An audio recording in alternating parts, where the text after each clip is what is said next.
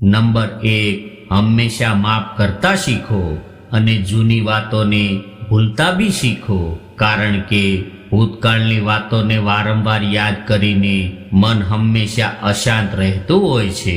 Number 2, ચિંતા ભલે કોઈ પણ વાતની હોય, પરંતુ ચિંતા ન કરવી જોઈએ, કારણ કે કોઈ પણ વાતનું સમાધાન ચિંતા હોતી નથી. માટે મન શાંત રાખવા માટે ચિંતા ન કરવી જોઈએ.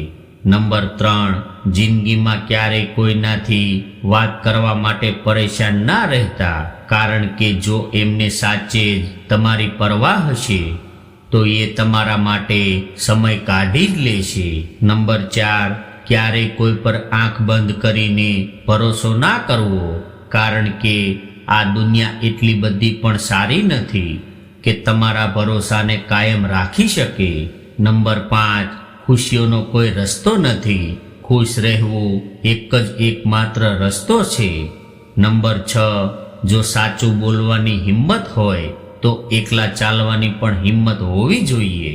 નંબર 7, જો નિયત સાફ અને હેતુ સારો હોય તો ભગવાન કોઈને કોઈ રૂપમાં તમારી મદદ જરૂર કરે છે. નંબર 8, દુનિયા એમના જ હાલ પૂછે છે જે ખુશ હોય, બાકી જે તકલીફમાં હોય એમના તો ફોન નંબર પણ ખોવાઈ જાય છે. જે લોકો તમારી બુરાઈ કરે છે તેમને કરવા દો, કારણ કે આવી નાની નાની હરકતો હંમેશા નાના માણસો જ કરતા હોય છે. કોઈ તમારી ખબર ના લે તો ખોટું ન લગાડશો, કારણ કે આ દુનિયામાં ખબર લેવા વાળા ઓછા અને ખબર ફેલાવવા વાળા ઘણા મળે છે. છેલ્લે અંતમાં બધું જ છોડીને જવાનું છે, તો પછી અત્યારથી જ એકલા રહેતા કેમ ના શીખી લેવું જોઈએ. જે રસ્તા ઉપર તમે એકલા રહી જાઓ છો તો સમજી લો કે તમે સાચા રસ્તા પર ચાલી રહ્યા છો, કેમ કે સત્યના રસ્તા પર પોતાના વિચારો સિવાય કોઈ સાથ નથી આપતું. નંબર 9, આ સંસારમાં બધા જ લોકો એક જ જેવા નથી હોતા, એટલા માટે જેમને તમારો સાથ આપ્યો એમનો સાથ આપો, અને જેમણે તમને ત્યાગી દીધા એમને ત્યાગી દો. જીવનમાં વાણીનો સંયમ ખૂબ જ મહત્વનો છે, કારણ કે વાણીથી જ આપેલા ઘાવ ક્યારેય ભરાતા નથી. જિંદગીમાં એક સમય એવો પણ આવે છે કે જ્યારે બધું જ ઠીક હોવા છતાં પણ આપણે મુસ્કુરાઈ નથી શકતા. તમારી નજર હંમેશા એ વસ્તુ પર રાખો જેને તમે મેળવવા માંગો છો, એ વસ્તુ ઉપર નહીં જેને તમે ખોઈ ચૂક્યા છો.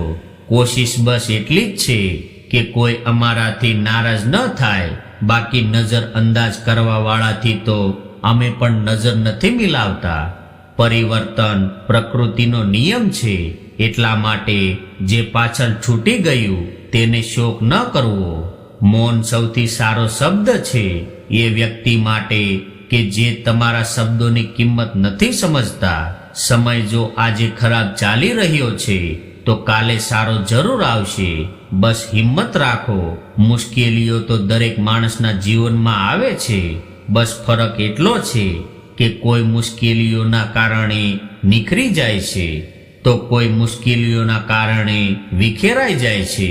જેવી રીતે બીજને માટીમાં ગમે તેટલું દબાવો તેમ છતાં તે ઉગી નીકળે છે, એવી જ રીતે મહેનતનું માણસને ગમે એટલો દબાવો તેમ છતાં તે આગળ વધે જ છે.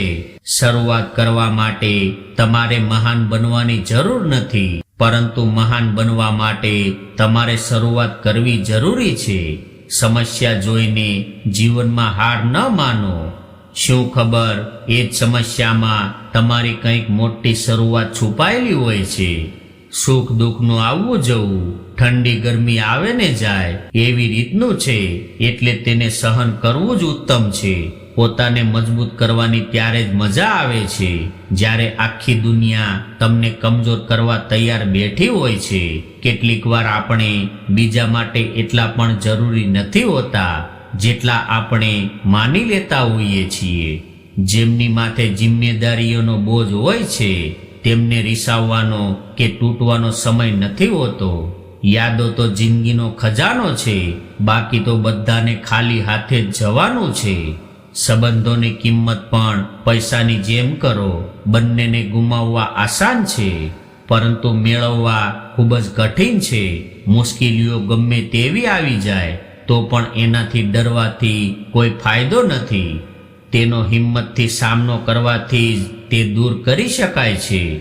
જે રસ્તાઓમાં શાંતિ અને આત્મસન્માન ન હોય એ રસ્તાઓને ખતમ કરી દેવા જ સમજદારી છે. દિલના સંબંધોમાં ઘમંડ ન હોય અને જે પોતાનું વિચારે એની સાથે સંબંધ ના હોય. સંબંધો એવા બનાવો કે જેમાં શબ્દો ઓછા અને સમજ વધારે હોય. જરૂરી નથી કે બધા જ સબક પુસ્તકોમાંથી શીખવા મળે છે. કેટલાક સબકો અને સંબંધોને જિંદગી શીખવાડી દેતી હોય છે. બનવું છે તો કોઈકના દર્દની દવા બનો, કારણ કે જખમ તો ઘણા લોકો આપતા હોય છે. સંબંધોનું મહત્વ એ જ સમજે છે જે તેને નિભાવવાનું જાણે છે. એટલા પણ ના બદલતા કે લોકો તમને પહેલા જેવા જોવા માટે તરસે. વધારે વાતો કરવા વાળા કંઈ નથી કરી શકતા અને કંઈક કરી બતાવવા વાળા વધારે વાતો કરવામાં માનતા નથી.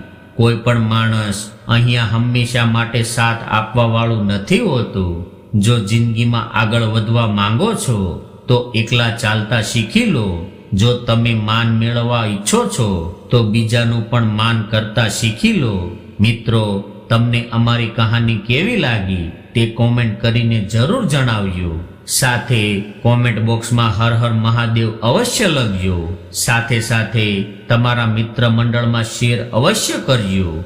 અને નવા મહેમાન હોય તો અમારી ચેનલને સબસ્ક્રાઇબ કરવાનું ભૂલતા નહીં. ફરી મળીશું નવા વિડીયો સાથે. ત્યાં સુધી બધા મિત્રોને જય શ્રી કૃષ્ણ. રાધે રાધે.